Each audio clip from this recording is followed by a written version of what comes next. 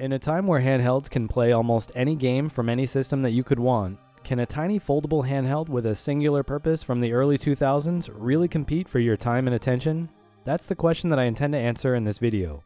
Hello everyone, Taki here. This is a completely different type of video from the ones that I typically do, but it is one that I've been putting off for a very long time. I've been meaning to take a look at first-party handheld consoles on this channel, but the idea always gets put on the back burner due to other commitments.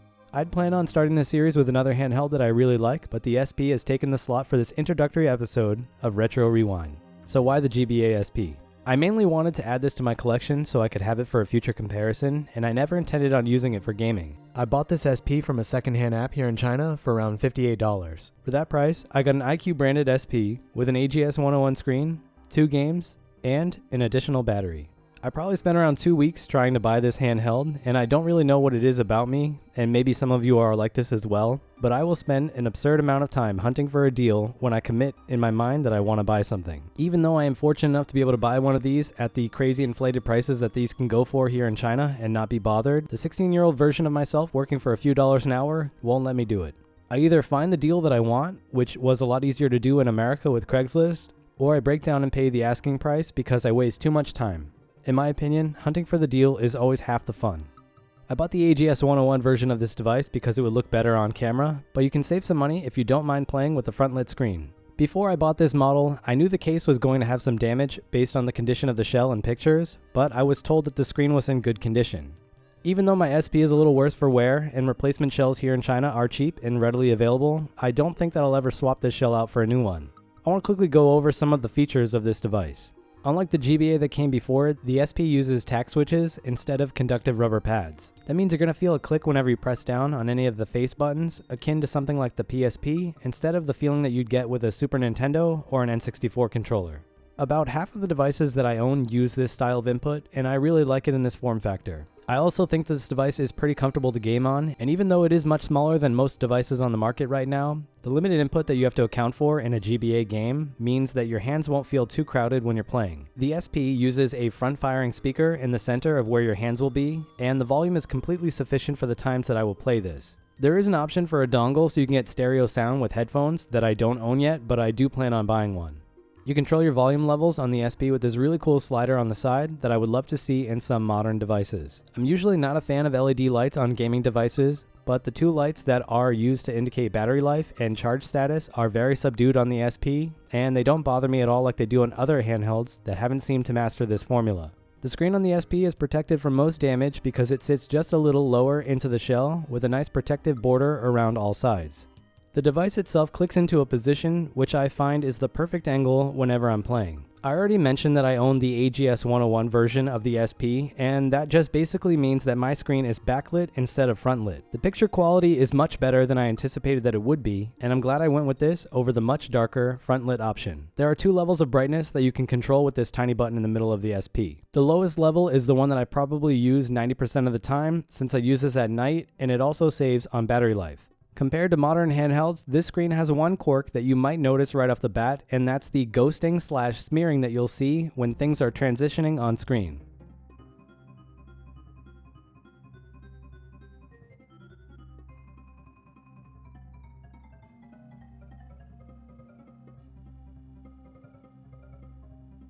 This doesn't actually bother me at all, and I think the overall quality of the image and the really solid color temperature of the backlight far outweigh it. Now that we've gone over the device as a whole, let's bring things back to the central focus of this video, which is using this device in 2021. My SP sat on a shelf for about a month after I bought it because my time was so consumed with other devices that I didn't even have a chance to consider using this for fun.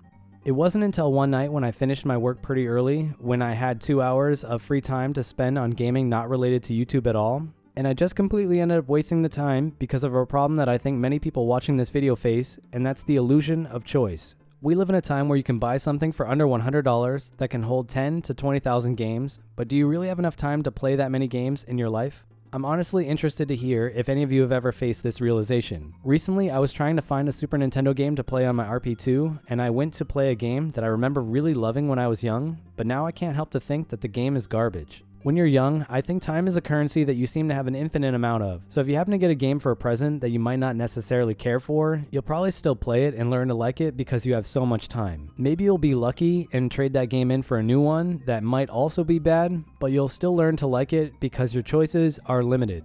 When emulators on the computer started to become mainstream in the early 2000s, I remember playing a ton of GBA games relatively close to when they were released on an emulator, but my choices were still limited due to super slow download speeds and whether or not I could even use the internet on any given day. If I had a bad game, I'd still play it because I had time and no other options. Today you can download the entire library of GBA games in a few hours, even with a pretty slow internet connection, so you have plenty of options, but time is the thing that has become finite. I think that the GBA SP is a perfect solution to this problem in the way that I have chosen to use it. I bought an evil flash cart for my SP for around $30, and even though it allows the SP to play tons of other consoles, I decided to limit myself to only using this device to play GBA games. I also made a point to only put a few games on the cart at any given time to limit the time that I would waste trying to think about what game to play, and it ended up working out far better than I thought it would. You don't need to buy a flash cart for this, but it does fit my situation perfectly. When I have time to play the SP, I typically only have about 10 to 15 minutes, and the flash cart has a save functionality, which makes this a perfect pick up and play device. I just want to quickly illustrate the difference in time it takes to boot the SP into a save state versus the next best option on the market.